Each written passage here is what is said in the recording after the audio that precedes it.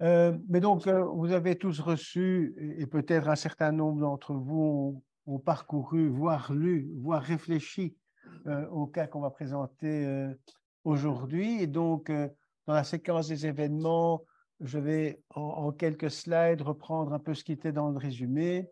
Et puis, Frédéric Van der Gens se livrera à l'exercice périlleux de trouver la bonne solution. Euh, donc voilà, donc cette patiente donc de 67 ans, une série d'antécédents finalement relativement peu relevants avec ce qui va suivre, hypertendu, hypercholestérolémique, avec des complications déjà d'accidents vasculaires, des problèmes dégénératifs de sa colonne, un canal lombaire étroit, de l'hyperuricémie, et puis elle a eu des interventions plutôt banales. Mode de vie, c'est une ancienne enseignante à la retraite. Je ne pense pas que ça confère un risque particulier. 20 cigarillos par semaine, 2 verres de vin par jour. Elle est mariée et prend une série de médicaments qui sont repris dans le bas de la dia en rapport avec les différents problèmes évoqués. Et donc, elle est vaccinée contre la COVID avec une deuxième dose de Moderna au mois de mai. Je pense que dans toute situation inflammatoire, il est toujours bien d'avoir la séquence d'événements. On sait maintenant qu'il y a quand même, malgré tout, même si c'est rare, des relations entre COVID ou le vaccin COVID et différents types d'affections éventuellement immuno-hématologiques. En juin, donc un peu de temps après, elle a des douleurs dorsales qu'elle qualifie d'inhabituelles par rapport à ce qu'elle a l'habitude d'avoir. Il y a un scanner qui est fait, elle est mise sous anti-inflammatoire. Et c'est en septembre 2021 que ça va commencer à ne pas aller bien. Progressivement, son état général se dégrade, elle perd du poids, elle est faible, des vagues pleines digestives, tout ça sans fièvre. Une partie des plaintes sont attribuées à l'anti-inflammatoire et on va lui faire 2 premières prises de sang que vous voyez ici. On se concentre sur la partie gauche de la projection. Il y a une discrète anémie qui s'installe, plutôt macrocytaire, avec des plaquettes légèrement infranormales, un syndrome inflammatoire avec une CRP à 25-26.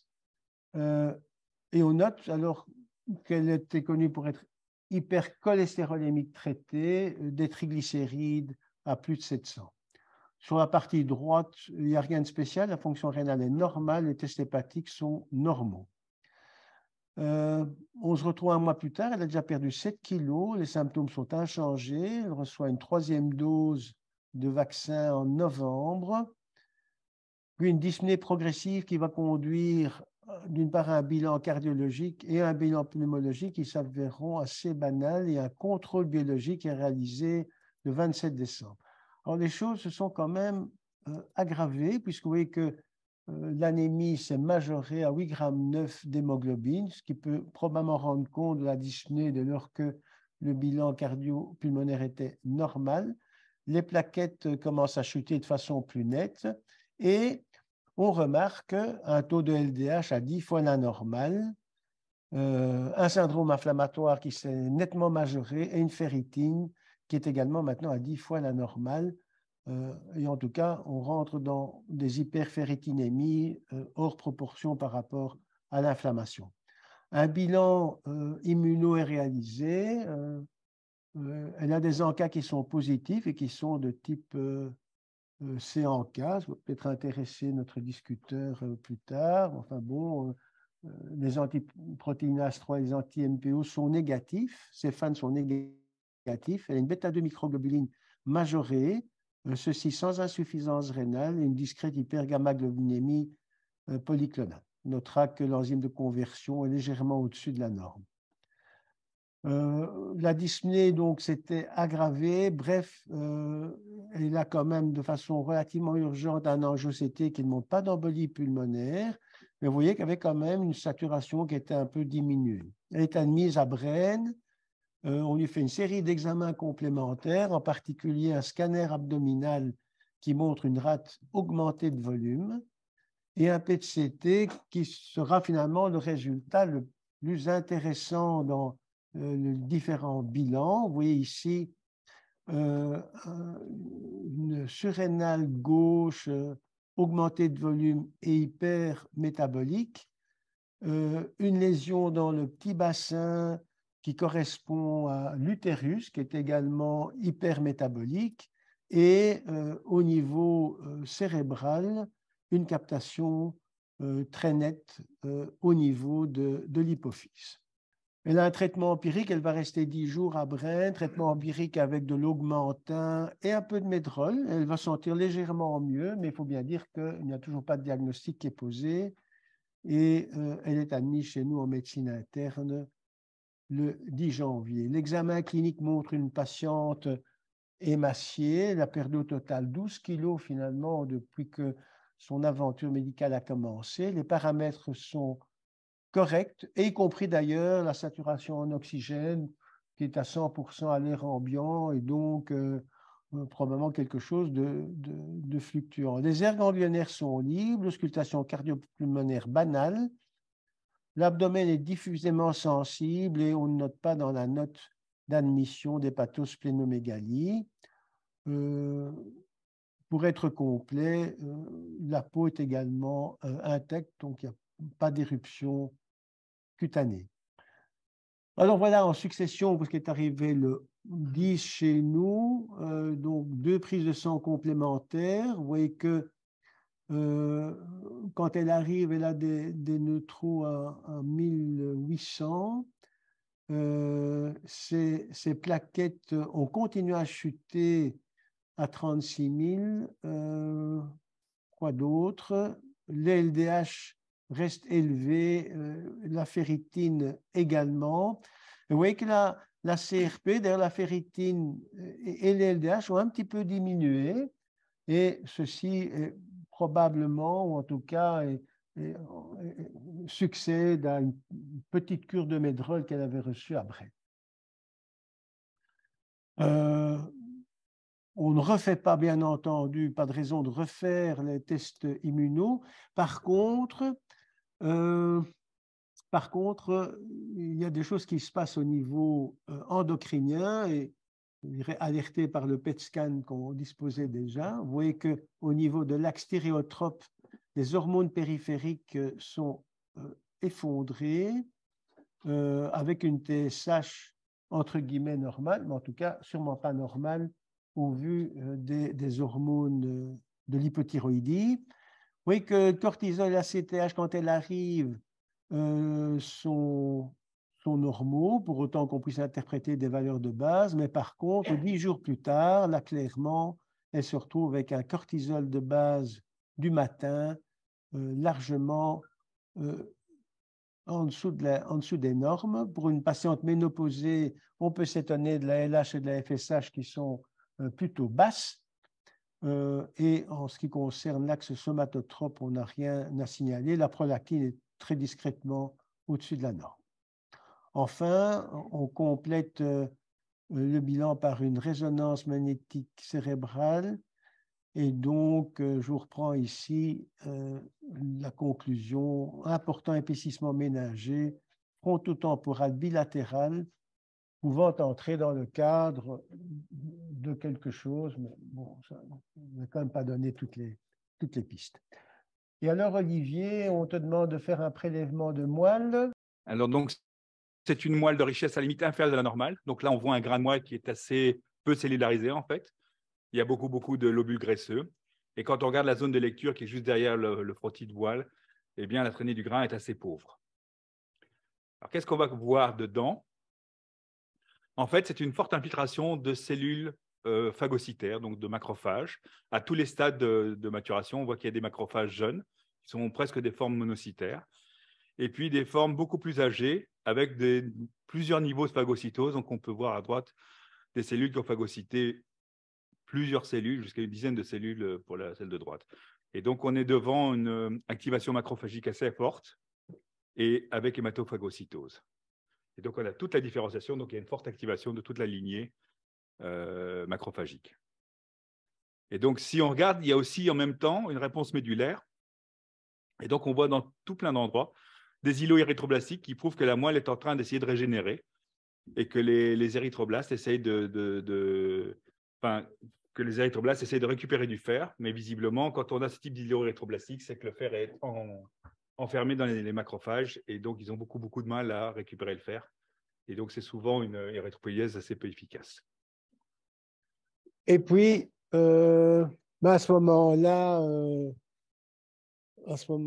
il y a assez rapidement, d'ailleurs, une élimination, je dirais mixte, une première de ma part, mais surtout de Brigitte Welkeniers, qui a déjà rencontré un cas pareil. Donc, c'est toujours plus simple, hein, Brigitte, quand on a vécu quelque chose et qu'on a la mémoire des faits âgés reste très longtemps présente.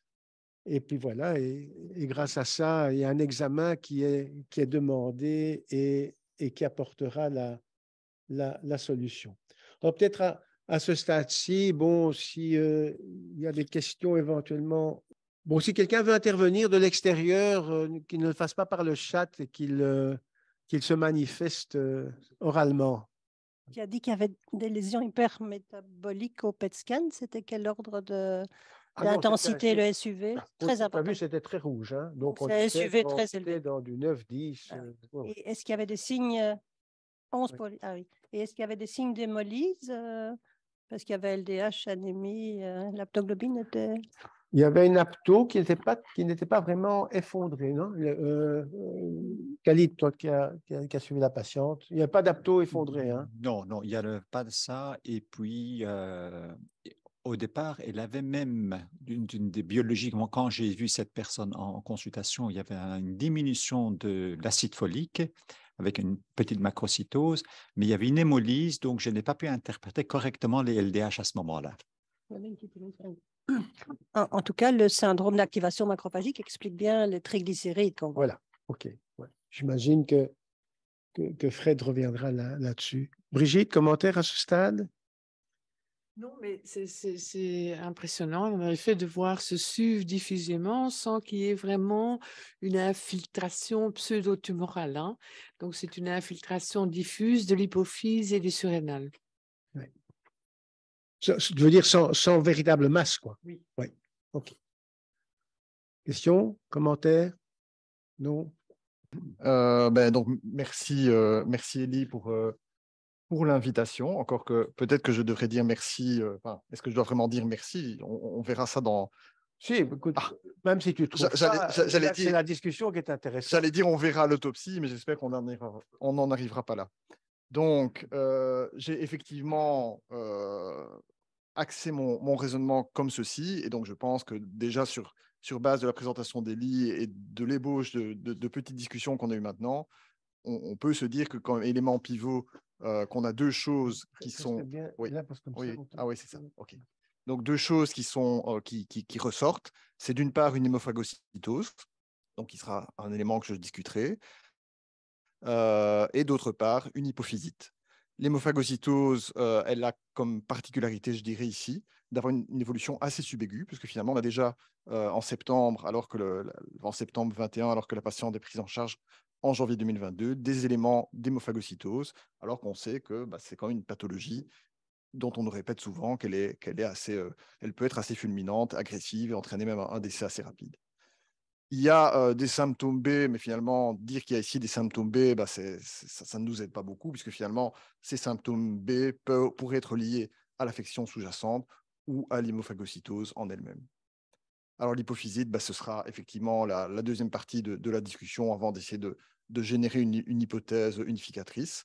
Mais effectivement, cette hypophysite, ce diagnostic d'hypophysite, il est basé à la fois sur les éléments biologiques, mais plutôt sur des éléments de PET scan que des éléments d'imagerie, ce qui est relativement atypique et, à mon avis, est un élément qui contribue à éliminer, en tout cas plus ou moins raisonnablement, certains diagnostics.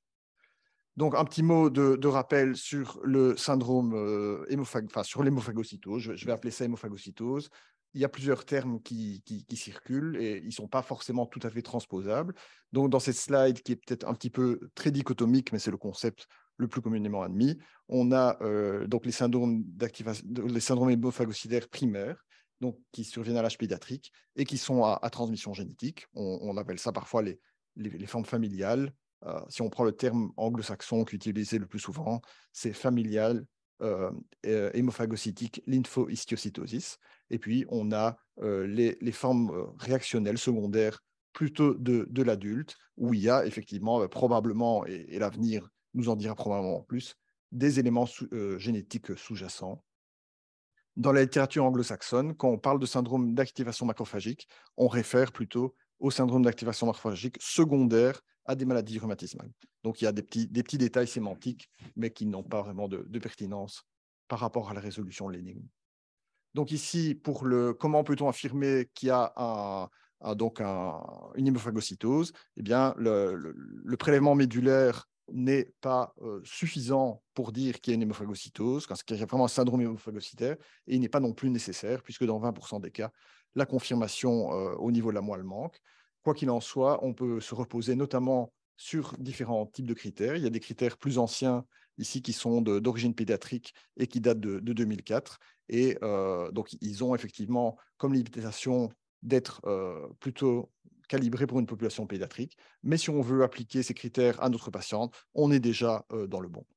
Alors, quelque chose qui est probablement un peu plus moderne, c'est ce qu'on appelle le H-score. Donc, c'est un calculateur en fait, qui donne un score avec finalement les mêmes éléments qu'on retrouve dans les critères HLH, mais avec une pondération. Et donc ici, je me suis amusé donc je fais une copie d'écran de l'application à cette patiente des critères du H-score. Et donc, à chaque fois, il y a un menu déroulant qui met yes, no. Et puis, pour certaines valeurs, et c'est là qui est le côté pondération, pour l'hémoglobine, il y a par exemple, dans le menu déroulant, 3 niveaux possibles. Quand on applique ça sur les éléments que j'ai reçus de la patiente, on arrive avec un H-score à 225, ce qui correspond à une probabilité d'hémophagocytose de 97%. Donc ici, c'est un score qui était validé plutôt par des collègues français, l'équipe de Saint-Louis, notamment Lionel Galicier, des hématologues qui ont publié dans une revue de rhumato ces données. Et donc ici, vous voyez qu'un certain cut-off, vous avez une certaine sensibilité, spécificité. Donc c'est plus fin, on va dire, plus granulaire que les critères HLH.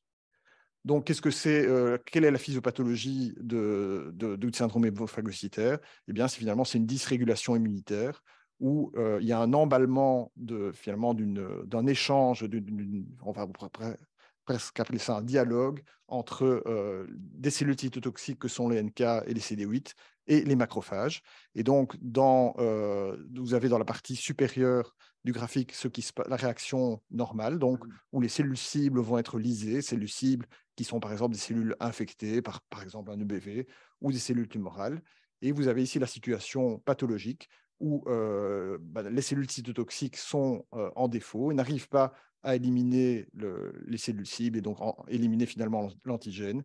Et s'ensuit un emballement de la réaction immunitaire avec une tempête cytokinique, donc un état hyper-inflammatoire avec les cytokines habituelles que sont l'IL1, l'IL18, l'interféron gamma, le TNF, l'IL6. Et dans ce contexte hyper-inflammatoire et cytokinique, les macrophages ont donc la caractéristique de phagocyter des éléments nucléés, des éléments figurés du sang, que ce soit des globules plus ou moins matures ou leurs précurseurs. Alors, dans les pathologies qui sont associées au SHR, je ne vais pas vous les citer, je n'aime pas trop citer des grandes listes de causes comme ça, les unes après les autres, ça prend 4 minutes. Mais donc, en gros, si on veut les stratifier, il y a les formes infectieuses, les formes néoplasiques, les maladies auto-immunes, et puis des formes idiopathiques d'origine inconnue, dont finalement l'incidence varie selon les séries. Si dans cette série qui est adaptée d'une référence que je m'excuse de ne pas avoir notée, c'est 4%, mais dans certaines séries, les formes idiopathiques sont plus importantes. Donc finalement, on retrouve quelque part le trio qu'on décline classiquement dans les fièvres d'origine indéterminée, donc les infections, les néoplasies et les maladies auto-immunes. Vous voyez que dans les néoplasies, et d'ailleurs c'est aussi le cas finalement dans les fièvres d'origine indéterminée, c'est les néoplasies hématologiques et en particulier les lymphomes non-Hodgkiniens qui prennent la part du lion. Finalement, dans les infections, de très loin, ce qu'on a le plus, c'est les infections virales les virus du groupe herpès et largement le BV. Et donc, vous savez que dans les formes pédiatriques, c'est vraiment le BV qui est de très loin le facteur déclencheur dominant. Donc ici, première presque take-home message, le red flag, bon, voilà que pour des internistes, on a tous ça en tête, mais pour ceux qui ont moins l'habitude, si on associe les cytopénies fébriles avec une hyperferritinémie et une hypertriglycéridémie, donc ce qu'a la patiente, eh bien, pensez à cette hémophagocytose. Sachez que le médulogramme positif n'est pas nécessaire. Quand je dis n'est pas nécessaire, ça veut dire qu'il n'est pas indispensable d'avoir une confirmation histologique et qu'à l'inverse, le fait de trouver de l'hémophagocytose dans une moelle ne suffit pas à dire qu'on a vraiment un syndrome hémophagocytaire. Le H-score est quelque chose d'utile et comme pour les fièvres d'origine indéterminée, nous avons 3 grands groupes étiologiques, les infections, les maladies auto-immunes, enfin systémiques inflammatoires et les néoplasies. Le traitement le plus classique de cette entité, c'est l'étoposide. Et donc, on verra si cette patiente a bien reçu l'étoposide. Et bien sûr, le traitement de la cause qui est primordial. Alors, je voulais juste ouvrir une petite parenthèse. C'est que finalement, si on essaie de trouver des traitements peut-être un peu moins agressifs que l'étoposide, encore que l'étoposide est généralement assez bien toléré dans les hémophagocytoses, eh bien, vous savez que la mode actuellement en immunosuppression, c'est de partir vers les JAK inhibiteurs qui ont la potentialité finalement d'agir sur la signalisation de différentes cytokines. Et donc, ici, nous avons avec le ruxolitinib, qui est le JAK inhibiteur finalement préféré, on va dire, des hématologues, puisque seuls d'ailleurs peuvent le prescrire en Belgique. On a effectivement sur une toute petite série de 7 patients des résultats très prometteurs sur lesquels je ne m'attends pas. Je ne m'étends pas, pardon, et je ferme la parenthèse. Alors maintenant, on passe à la deuxième partie, on passe à ce que je vais qualifier de hypophysite. Donc déjà, lors de la présentation, Elie nous a convaincus qu'il y avait un déficit d'origine centrale sur plusieurs axes, donc l'axe thyréotrope, l'axe rethyrotrope et l'axe gonadotrope, puisque cette patiente ménopausée a une LH et une FSH au plancher. L'hyperprolactinémie, j'en parle à peine, on va dire qu'elle est borderline et elle pourrait être liée au stress. Voilà, on a d'ailleurs un résultat de prolactine, on va dire peu précis, puisqu'on ne sait pas si c'est une prolactine bioactive, mais peu importe, on va fermer cette parenthèse de la prolactine. Et donc, on a effectivement, au niveau iconographique, quelque chose d'assez inhabituel. Donc, une hypophyse qui est franchement hypermétabolique, avec une SUV au-dessus de 10, mais par contre, à l'IRM, pas d'anomalie morphologique, que ce soit au niveau de la tige puditaire ou de l'hypophyse en elle-même. Donc ici, vous avez les autres spots hypermétaboliques dont Elie a parlé. Vous avez également donc la surrénale gauche et l'utérus. Donc ici, j'ai un petit peu, je ne savais pas très bien les 3 petits points, là, qu'est-ce qu'il fallait en faire, mais donc j'ai un peu changé le protocole. Enfin, non, je n'ai pas changé, j'ai retranscrit ce qui avait été dit, c'est qu'il y a 2 éléments. Il y a l'épaississement méningé frontotemporal, qui pourrait correspondre à une pachyméningite, et l'absence d'anomalie et de la selle turcique et de la tige pituitaire.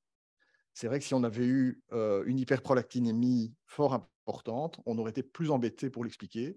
Donc une hyperprolactinémie qu'on aurait plus difficilement mis sur le compte du stress, parce que là, on aurait aimé avoir effectivement un épaississement de la tige. Donc ici, j'ai eu de la chance qu'il y a un très bon article, il n'a pas fallu chercher très loin, un article de revue dans une revue de qualité et récent, donc article de revue dans le JCEM, dont je vous livre l'essentiel parce que c'est un très long article. Et donc, il y a toute une série ici de causes d'hypophysite secondaire. Et là-dedans, j'ai mis en rouge celles qui, pour moi, pouvaient être le plus propices à donner à la fois une hypophysite et à la fois une hémophagocytose. Donc, je vais par exemple pas m'étendre sur les maladies auto-immunes endocriniennes mono-organiques comme le diabète de type 1, parce que ça expliquerait pas une hémophagocytose. Donc, j'ai mis en rouge ce qui pourrait être commun finalement à l'hémophagocytose et à l'hypophysite. Alors, vous avez là-dedans donc le lupus, les maladies inflammatoires du digestif, ça je pense qu'on n'a vraiment pas d'éléments pour ça. Vous avez les vascularites, vous avez les tumeurs solides et des pathologies malignes lymphoprolifératives comme le plasmocytome ou les lymphomes. Donc après, ici, je ne vais pas trop m'étendre sur les causes finalement d'hypophysites isolés, enfin quand je dis isolés, qui ne pourraient pas rendre compte d'une hémophagocytose. Vous savez tous comme moi que ce qui est vraiment à la mode dans le domaine de l'hypophysite, c'est les formes induites par des médicaments, et en particulier les immune checkpoint inhibitors, qui donnent des tableaux d'hypophysites assez différents finalement des hypophysites, si j'ose dire, naturelles, si je peux m'exprimer comme ça, puisqu'ici, c'est des hypophysites qui ont été finalement induites par des nouvelles molécules. Alors, dans les infections, la tuberculose est une chose qui pourrait rendre compte à la fois d'une hémophagocytose, mais également d'une hypophysite. Bon, ici, je vous ai mis pour mémoire ce superbe tableau, cet algorithme diagnostique. Que faire devant une hypophysite? C'est très petit, on ne sait pas le lire, mais de toute façon, ça prendrait presque le temps d'un parti au séminaire pour détailler ce tableau. Alors, donc, dans la présentation clinico-biologique des hypophysites, eh ben, on a une présentation assez atypique chez notre patiente, puisque bon, 50% des céphalées, 20% ont des déficits visuels, elle n'a aucun des deux. Et il y a bien entendu les déficits hormonaux. Et en fait, le type de déficit hormonal peut être un petit peu indicatif de la cause. Par exemple, dans les crâniopharangiomes, les granulomatoses et les métastases, on a assez fréquemment un diabète insipide central. Ici, on ne parle pas il n'y a pas de mention par rapport à une polyurie, polydipsie, mais je peux être assez à l'aise pour dire qu'il n'y en a pas, puisqu'on a une fois un sodium qui est à 134. La vulnérabilité des différents types de cellules varie en fonction de la cause. Donc, par exemple, dans les formes secondaires aux checkpoints inhibiteurs, on sait que les cellules corticotropes peuvent être plus vulnérables, et je vous en donnerai une petite illustration d'un cas personnellement vécu, ce qui est donc tout à fait différent de ce qu'on a dans les adénomes hypophysaires. Dans la sarcoïdose, par exemple, ce qui prédomine, c'est l'hypogonadisme hypogonadotrope et le diabète insipide central, à nouveau, que n'a pas la patiente. Donc, toujours, si on revient à l'article ici de Québécois, on nous donne les principaux types d'hypophysites. Je n'ai pas tout mis, il y en a 5. Et ici, j'ai pris les deux plus fréquents, donc les formes lymphocytiques et les formes granulomateuses. Et donc, on nous dit que dans les formes granulomateuses, on a plus souvent un épaississement de la tige pudiculaire, plus souvent un diabète insipide central. Donc, ici, l'hypophyse et la tige pituitaire ont été décrites corps normal chez cette patiente. Qu'est-ce qu'on peut avoir dans une hypophyse? Je reviens à nouveau là-dessus. Un élargissement des tiges pituitaires, c'est ce qu'on retrouve le plus souvent. Ceci peut être présent de façon isolée ou associé avec une grosse hypophyse. Donc, dans 75% des cas, on a un élargissement hypophysaire. Et puis, moins fréquent, on a finalement l'inverse. Peut-être que on pourrait imaginer que c'est la même maladie pris à des stades différents. On peut avoir plutôt donc une hypophyse atrophique avec une selle turcique vide ou partiellement vide, et éventuellement une perte du bright spot post-hypophysaire. Donc, le bright spot post-hypophysaire, c'est quelque chose qu'on voit dans l'hypophyse postérieure et qui signe la présence qu'il y a des vésicules sécrétoires qui contiennent de la vasopressine.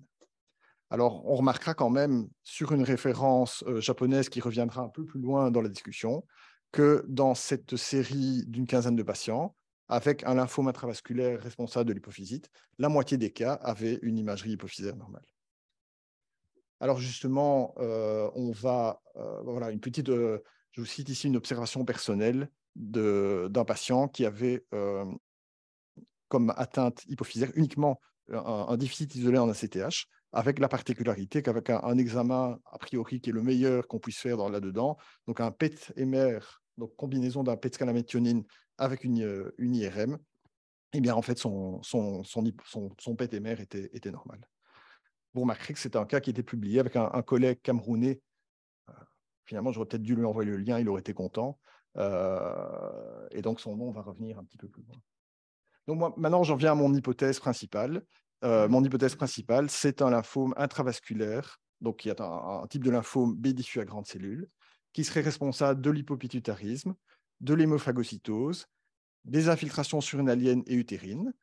Je parierais sur le fait que l'examen de confirmation, c'est une biopsie cutanée en peau saine. Quand je dis en peau saine, c'est parce qu'on ne nous a pas mentionné d'anomalie cutanée, que la patiente va être traitée par du R-CHOP avec probablement de l'étoposide pour l'hémophagocytose, recevra également du méthotrexate intratécal et une substitution hormonale en hydrocortisone et L-tyroxine. Alors, je parie sur le fait que la patiente a survécu. Je vous donnerai un peu les arguments pour et contre. Alors, donc finalement, ici, je prends peut-être un peu le problème à l'envers par rapport à une présentation typique où on dit d'abord ce que ça n'est pas pour terminer par ce que c'est. Mais donc ici, il y a deux façons, enfin finalement, deux types de diagnostics. Soit qu'on a la présentation relativement typique d'une maladie très rare, et donc le lymphome intravasculaire est une maladie très rare. Soit on a une présentation atypique de maladies moins rares ou même pas rares, comme notamment les granulomatoses. Alors évidemment, on peut discuter sur ce qui est rare et pas rare, mais en tout cas, on est par rapport à ces différentes granulomatoses dans une gamme de prévalence qui est quand même différente des lymphomes intravasculaires. Donc les granulomatoses qui pourraient rendre compte à la fois d'une hypophysite et d'une myophagocytose. Il y a la tuberculose, la sarcoïdose et la GPA. Si je mets les granulomatoses dans un même paquet, qu'est-ce que j'ai trouvé comme contre-argument? C'est que l'hémophagocytose est assez rare dans les granulomatoses. Je vais détailler ça un petit peu.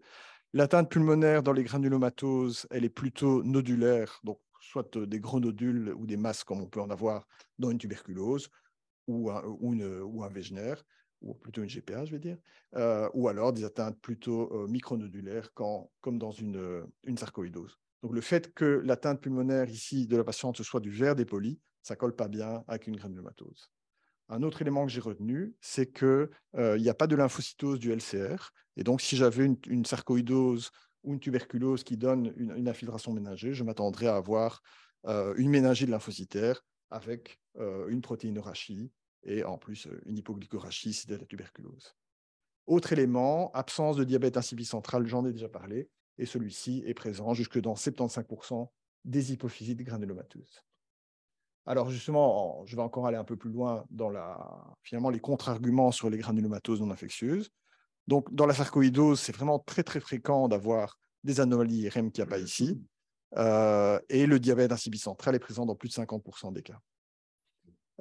J'ai revu un petit peu hémophagocytose et sarcoïdose, et donc en réalité, c'est non, c'est pas quasi inexistant, ça existe, mais c'est très très exceptionnel, puisqu'ici, dans cet article de revue, dont je dois quand même signaler il sort d'une revue particulièrement confidentielle, ils ont revu en tout cas les cas de la littérature, et on voit que dans les 8 cas qu'ils ont repris, finalement, 4 des 8, il y avait une autre cause que la sarcoïdose pour expliquer l'hémophagocytose, par exemple, une infection EBV, une histoplasmose. Hémophagocytose et tuberculose, ça j'ai quand même revu. Donc en fait, dans une série parisienne, essentiellement avec l'équipe de Saint-Louis, donc Lionel Galissier et Elie Azoulay, sur 24 cas, ils trouvaient 86% de patients qui avaient une immunodépression sous-jacente. Or ici, la patiente n'a pas d'immunosuppression sous-jacente. Donc ça voudrait dire que dans la présentation atypique de la tuberculose qu'est l'hémophagocytose, on aurait encore l'élément doublement atypique, que ce serait une personne sans immunodépression sous-jacente. Alors ici, je reviens à mon clin d'œil à mon collègue Sylvain Simény, donc qui est un fossum qui a passé 2 ans chez nous et qui maintenant est retourné au Cameroun. Et donc effectivement, si c'est le bon diagnostic, peut-être que j'ai fait le même raisonnement éclair que Brigitte, dire j'ai déjà vu quelque chose comme ça. Et effectivement, on a eu il y a quelques années une patiente qui avait une hémophagocytose avec une hypophysite et qui démasquait un lymphome intravasculaire. Alors, la différence, c'est que nous, on a beaucoup ramé pour faire le diagnostic. Et je vois Anne-Laure qui dit effectivement, parce que donc, le diagnostic chez cette patiente a dû faire appel à une splénectomie diagnostique. Peut-être qu'on aurait dû faire autre chose, hein, mais en tout cas, on a une splénectomie diagnostique. Et même dans la rate, c'était très difficile de trouver les lymphocytes clonaux, parce que dans la rate, on voyait juste de l'hémophagocytose et de l'hématopoïèse extramédulaire. Et en fait, ces lymphocytes se cachaient très discrètement dans des petits vaisseaux de la graisse du villi splénique. Voilà. Donc, cette patiente ici, contrairement à celle qui est présentée, enfin, notre patiente de Erasme à celle de Delta, on va dire, avait effectivement un élargissement de l'hypophyse et de la tige pituitaire. Les anomalies endocriniennes n'étaient pas présentes dès le départ, elles ont été observées en cours de route. Donc, il faut avouer qu'entre le moment où on a eu la patiente la première fois avec un tableau d'hémophagocytose et le moment où on a fait le diagnostic, je pense que se sont écoulés 2 à 3 mois avant qu'on franchisse le pas de faire la splénectomie. Et donc, à ce moment-là, apparaissent les anomalies hypophysaires et la patiente développe même une paraparésie avec des troubles sphinctériens qui étaient attribuables à une atteinte médulaire. Cette patiente est malheureusement décédée assez rapidement. Alors, justement, comment ne pas aborder le heuristique d'ancrage, donc ce qui fait que je pourrais m'être trompé, parce que j'ai été, je vous avoue, très vite à ce diagnostic. Quand je dis très vite, c'est en quelques minutes, parce que j'étais vraiment biaisé par ça.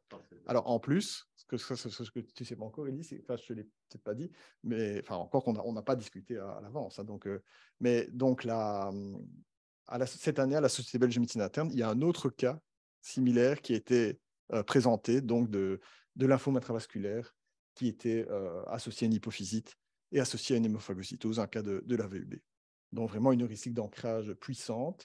Donc, qu'est-ce que c'est une heuristique d'ancrage? Donc, qu'est-ce que c'est une heuristique? En fait, c'est finalement un espèce de raccourci de la pensée qui fait que le médecin va très vite to the point, mais qui peut éventuellement, à tort, aller trop vite à un diagnostic. Donc là, on est vraiment dans la discussion sur les aspects cognitifs de l'erreur en médecine. Et donc, parfois, cette heuristique d'ancrage nous met en défaut. On verra si c'est le cas ou pas. Et donc, cette heuristique peut être effectivement, finalement, en opposition avec une approche qui serait plutôt plus analytique, plus hypothético-déductive. Et donc ici, je ne vais pas vous refaire un cours sur le raisonnement clinique. Enfin, Elie fait ça mieux que moi. Mais donc, sur finalement, les biais cognitifs qui peuvent mener à une erreur de diagnostic. Alors, développons un petit peu le lymphome B intravasculaire. Donc, ici, nous avons une série japonaise monocentrique de 42 patients. C'est a priori, en tout cas, c'est les auteurs qui disent ça, c'est la plus grosse série monocentrique qui existe. Et donc, dans cette série, 69% des patients ont été diagnostiqués au travers de biopsies cutanées at random. Donc, on pourrait appeler ça en POSAN. Donc, vous voyez ici, je vais vous entourer les éléments donc en imagerie qu'eux retrouvent et qu'on retrouve chez une patiente.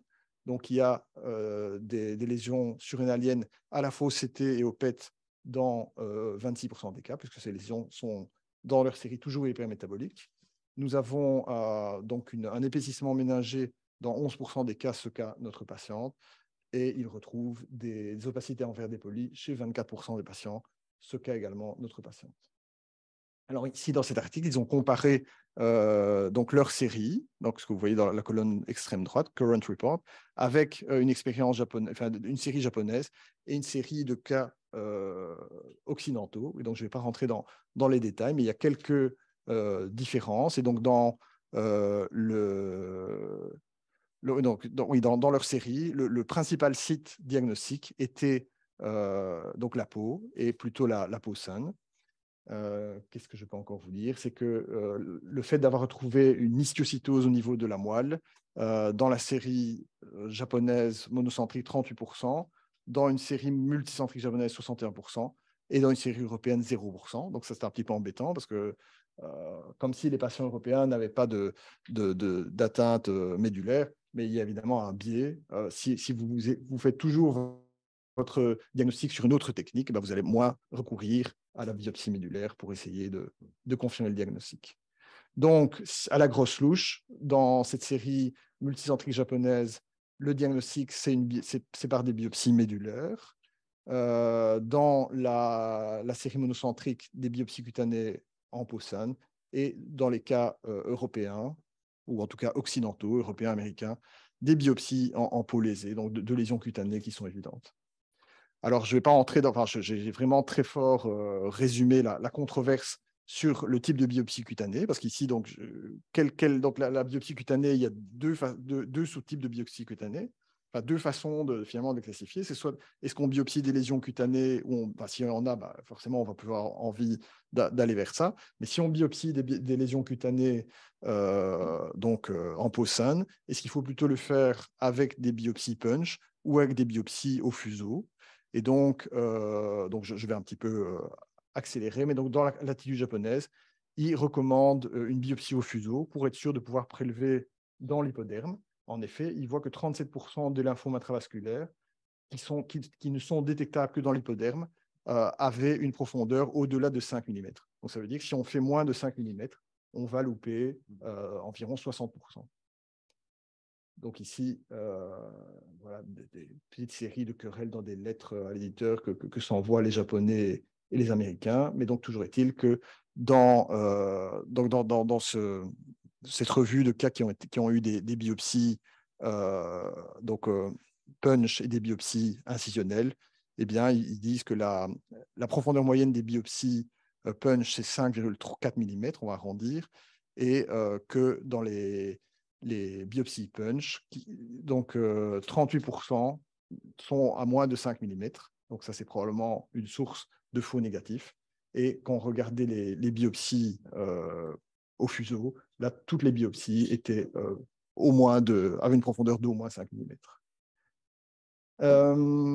Ici, une série dont je vous avais déjà parlé pour vous dire que finalement, le fait qu'il n'y ait pas de lésion, de macro-lésions anatomiques, on va dire, au niveau de l'IRM, pouvait être, à mon sens, un indice.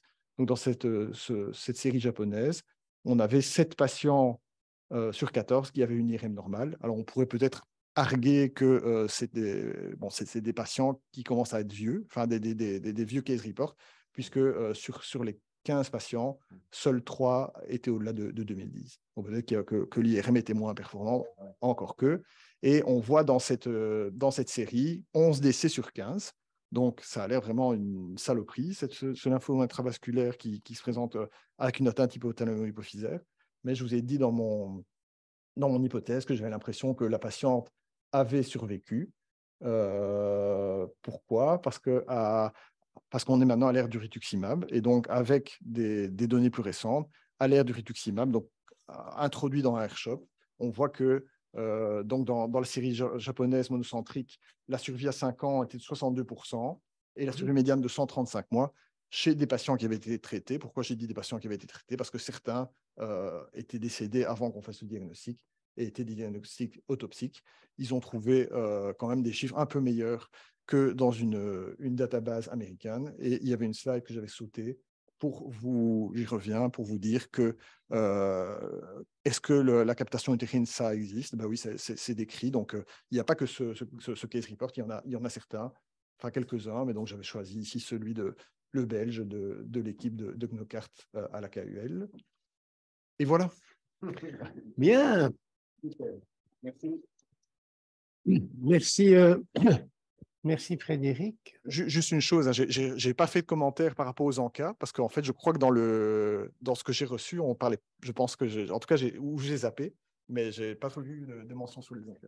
Mais il y avait on n'a pas mentionné, mais dans le tableau des résultats, c'était mis plus. Donc, oui, oui, mais on n'a pas trop insisté sur les encas, parce que comme c'était la solution, on ne voulait pas tout comprendre. Ouais. Alors, questions, commentaires Brigitte, un commentaire? Tu crois que c'est un lymphome intravasculaire? Oui, je pense que si on regarde bien, avec une imagerie tout à fait normale, une infiltration diffuse au niveau du PET-CT scan et du surrénal, ce qui frappe quand même, hein. Je dirais une lésion granulomateuse très souvent donne des infiltrations visibles pseudo-tumorales, souvent localisées plutôt en post-hypophyse ou au-dessus de la selle turcique, ce qui n'était pas le cas chez cette patiente. Il n'y avait pas de lymphocytose de LCR, comme tu dis. Donc, il y avait très peu d'arguments pour penser à une infiltration ou une maladie granulomatose sous-jacente qui était le diagnostic différentiel le plus probable. Donc, je pense que oui, avec tous les éléments que tu as mis et bien mis, on arrive automatiquement vers ce diagnostic.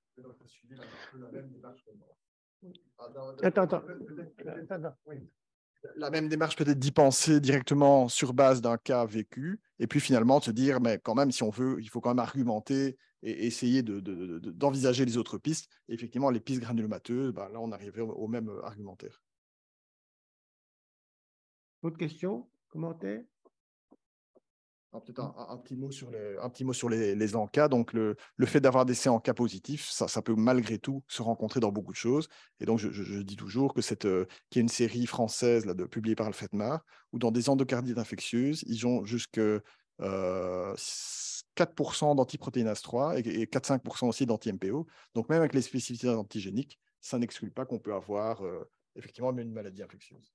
Oui, tout à fait. Donc, la spécificité dans des infections très inflammatoires, il faut effectivement s'en méfier. Hein. Oui.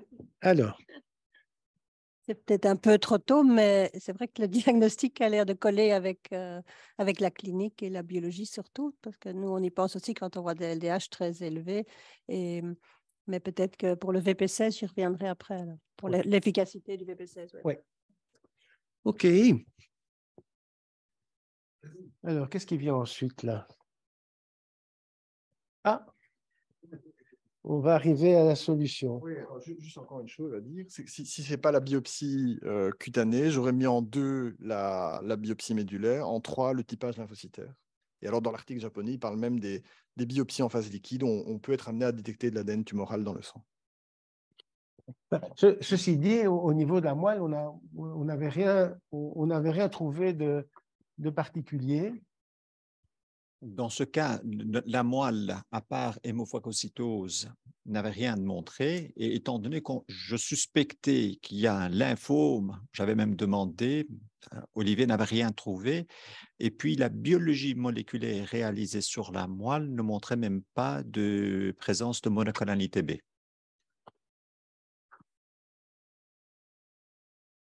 Moi, ce qui me fait penser que j'oublie après dans mes commentaires de reparler de la génétique. Enfin bon.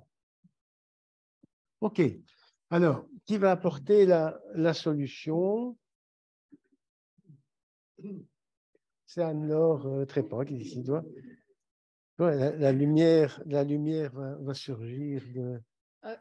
Comme souvent, c'est l'anapathe qui apporte la solution. Oui, d'accord. Pour une séance anapathe, évidemment, c'est l'anapathe. Attends. OK, on t'écoute. Donc voilà.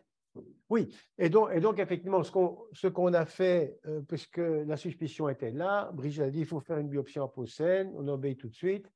Et alors probablement qu'on a eu la chance, on a eu des difficultés à trouver un dermato, et donc j'ai demandé à un plasticien. Et donc il y a eu effectivement, on a eu un grand morceau. On aurait peut-être eu moins de chance si ça avait été une biopsie punch, quoi. Donc ici, c'est pas mal. OK. Oui, tout à fait. Donc, la biopsie réalisée est effectivement une biopsie de très grande taille, ce qui, je pense, facilite les choses parce que c'est un diagnostic qui est compliqué à tous les niveaux, même au niveau histologique. On peut vraiment passer à côté. D'ailleurs, le cas dont Frédéric a parlé, moi, j'étais jeune résidente quand on a eu ce cas. Et je suis passée à côté du diagnostic. J'avais envoyé le cas à un confrère expert pour avoir un avis. Et voilà, c'est comme ça qu'on a réussi à apporter le diagnostic, heureusement. Donc ici, pour ce cas-ci, vous voyez donc effectivement une biopsie cutanée qui a été très, très en profondeur. Donc, on a vraiment une bonne représentation de l'hypoderme. Et comme ça, à très faible grossissement, donc on n'a pas vraiment de masse tumorale. On a un épiderme ici qui est représenté et qui est sans particularité, mais pour un œil un peu avisé, on est quand même interpellé par les structures vasculaires qui se voient beaucoup plus... un peu trop bien. Un peu trop bien, voilà. Les vaisseaux, normalement, passent un peu plus inaperçus. Et quand on va voir à plus fort grossissement, je vais direct aller donc, au très fort grossissement, en fait, on remarque assez facilement que donc, ces vaisseaux sont assez chargés en cellules de très grande taille qui sont nettement atypiques. Si vous voyez ici, en périvasculaire, on a des tout petits lymphocytes et donc les cellules intravasculaires sont nettement atypiques. et n'ont rien à faire là. On fait dès lors tout de suite un panel d'immunohistochimie qui sont indispensables dans les pathologies hématologiques. Et donc, ici, vous avez illustré 2 marqueurs lymphocytes B qui sont le CD20 et le PAC5 et qui confirment que tous ces vaisseaux sont infiltrés par des lymphocytes B. Et après, donc, on doit bien sûr faire d'autres marqueurs. Ici, donc, on a fait le CD10, BCL6 et MUM1. On a une négativité du CD10, une positivité du BCL6 et du MUM1. Et donc, c'est un phénotype de type ABC ou non GC. Et là, donc le Ki67, qui est un marqueur extrêmement important dans les pathologies hématologiques lymphoprolifératives pour voir l'activité proliférative du lymphome. Et vous voyez que quasiment toutes les cellules intravasculaires sont positives pour le Ki67, qui reflète donc le caractère agressif de ce lymphome.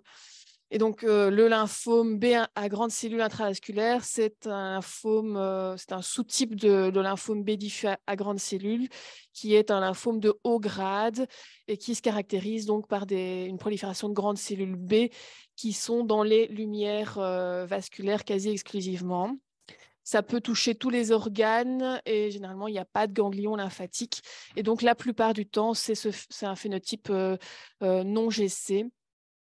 Et donc, pour nous, à NAPAT, les critères essentiels de diagnostic, c'est la présence de grandes cellules lymphoïdes, généralement centroblastiques, immunoblastiques, plus rarement anaplasiques, qui sont limitées aux espaces intravasculaires, et en particulier dans les capillaires. Et parfois, donc, c'est très, très frustre dans les biopsies. On peut donc très facilement passer à côté si seulement quelques vaisseaux sont seulement infiltrés dans le tissu qui a été prélevé. Oui, je voulais vous faire quelques petits commentaires complémentaires. On pourra rediscuter éventuellement après. Donc, tout d'abord, bon, il y aura peut-être des petites redites. On ne va pas trop insister sur ce papier-ci qui reprenait les caractéristiques cliniques, les indicateurs pronostiques et la survie sur une série de patients, une quinzaine d'années. Je pense qu'il est intéressant, c'est que l'affinité particulière des cellules lymphomateuses pour l'espace intravasculaire est liée à l'absence de certains ligands qui font en sorte que les cellules ne franchissent pas par diapédèse la paroi vasculaire. Et donc, cette particularité-là est une particularité qui finalement justifie la localisation stricte en intravasculaire, encore que dans de très rares cas, il peut y avoir des localisations extravasculaires également. Ah oui, ici, j'ai repris, et donc ça, ce n'était pas dans le papier, c'est pour ça que j'ai mis prudemment d'après le papier en question, la symptomatologie. Vous voyez le pourcentage de patients atteints, rage présent dans moins de 50%, l'amaigrissement, de la fatigue, de la faiblesse, des sudations nocturnes, de la dyspnée, des troubles de mémoire, de la confusion. Et à l'examen clinique, ce qu'on retrouve le plus, c'est une sphlénomégalie, bon, le rash, des troubles cognitifs, des ganglions, et alors éventuellement des lésions pétéchiales en rapport avec l'hypoplaquétose lorsqu'elle est fort marquée. Et également des œdèmes, ce qui est assez intéressant, probablement que la perméabilité capillaire est affectée par cette infiltration lymphomateuse. Alors, si on se concentre maintenant sur les malades qui ont un lymphome intravasculaire avec une atteinte hypophysaire, il y a 20 cas et on retrouve le cas que Frédéric a évoqué avec notre ami Siméni. Bon, on n'a pas le temps de faire l'inventaire de tout ce qui se trouve sur cette dia, mais donc, pour aller plus vite, je vous ai fait un petit résumé.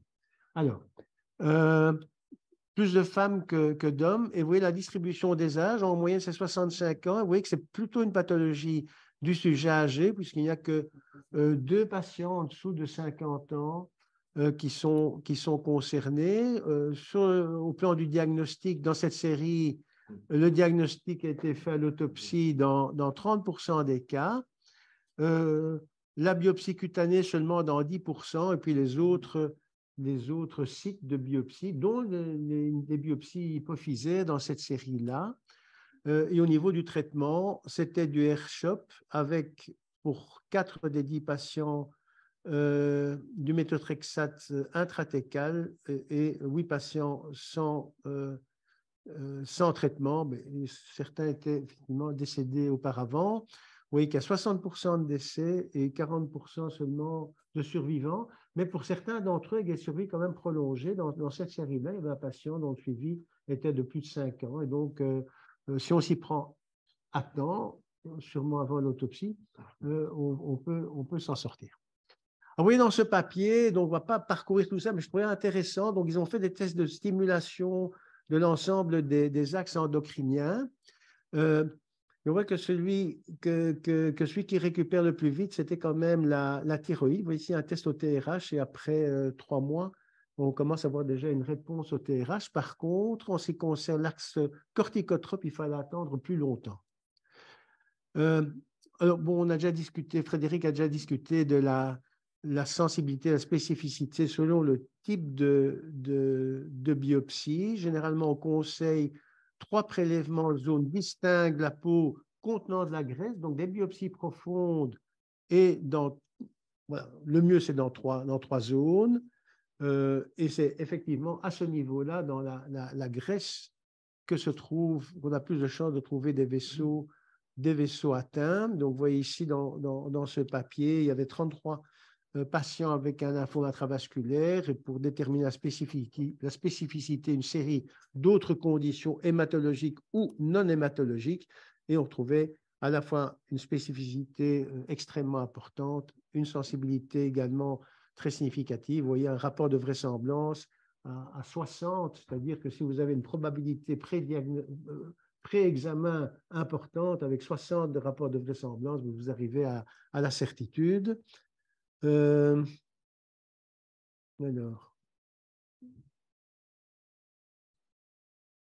Et vous retrouvez donc le schéma du papier que Frédéric nous a montré. Ici, ils avaient 10 biopsies. Donc, il y avait 3 patients, ils avaient fait plein de biopsies. Les 10 étaient positives. Et en fait, ils avaient, dans 90% des cas, une biopsie profonde. Et effectivement, comme il l'a dit, mais la pédagogie, c'est aussi la répétition. Avec une bonne biopsie profonde, vous voyez qu'on est toujours au-dessus des 5 mm alors qu'on loupe plus du tiers de patients si on fait une punch biopsie. Je crois que ça fait partie d'un des messages. L'autre message, c'est l'utilité du PET-CT, comme Brigitte l'a signalé, la différence qu'il y a, la dichotomie qu'il y a entre le résultat positif du PET et le résultat de la résonance, et ceci est valable pour d'autres organes. Et donc, ce n'est pas des masses, c'est de l'infiltration intravasculaire, très active, comme on l'a vu, avec une reproduction cellulaire importante. Et donc, le PET est particulièrement bien mis pour détecter ces lésions-là. Et c'est probablement un deuxième message qui me paraît utile. Alors, quel a été le suivi hématologique? Peut-être, je vais laisser peut-être la parole à Khalil qui a suivi la patiente. Attends, Khalil, j'arrive. Le temps de redresser la caméra. Donc, ce qu'on remarque déjà, c'est que ce n'est pas un simple air-shop qu'on lui a donné, cette patiente. Donc, d'habitude, c'était de l'air-shop. Ici, on a fait autre chose. On a donné étoposite en plus, donc on a fait air-shop avec une bonne tolérance relativement clinique. Il a eu également des injections intrathecales de méthotrexate et il a eu même haute dose de méthotrexate à la fin de son traitement. L'hémophagocytose, en tout cas cliniquement, il n'y avait plus d'arguments pour ça. Et il a été vu pour la dernière fois en octobre cette année-ci. Il était en rémission complète avec hémogramme tout à fait normalisé. Et le PET scan qu'elle vient de réaliser ce lundi, elle est en rémission complète également sur le plan PET scan, aussi bien sur le plan hépatosplénémégalie, surrénale et hypophyse. Pour être sûr, j'ai quand même pris les images du PET. Donc voilà, ça c'était avant et voilà, c'est après. Je ne suis pas parvenu à avoir exactement les mêmes niveaux de coupe, enfin, clairement, tout a disparu. Et alors, au niveau endocrinien, donc elle a effectivement, comme Frédéric l'avait prévu, elle a été supplémentaire en L-tyroxine et en hydrocortisone. Alors, vous voyez d'ailleurs que bon, évidemment, avec la supplémentation en L-tyroxine, sans faire de test, c'est difficile à dire si l'axe est rétabli ou pas rétabli. Par contre, vous voyez que pour l'axe corticotrope, alors que tout allait déjà bien après 2 mois. Vous voyez qu'on reste avec un cortisol de base à 26, pas d'ACTH, et donc il faudra attendre plus longtemps avant que l'axe corticotrope soit rétabli. Mais je crois qu'actuellement, avec les résultats favorables au niveau de la hématologique, je pense qu'on devrait pouvoir faire marche arrière pour l'endocrinologue qui la suit en ce qui concerne les supplémentations à la fois en hormones thyroïdiennes et en cortisol. Eh bien, merci beaucoup, merci à tous d'ici et d'ailleurs, et à la semaine prochaine.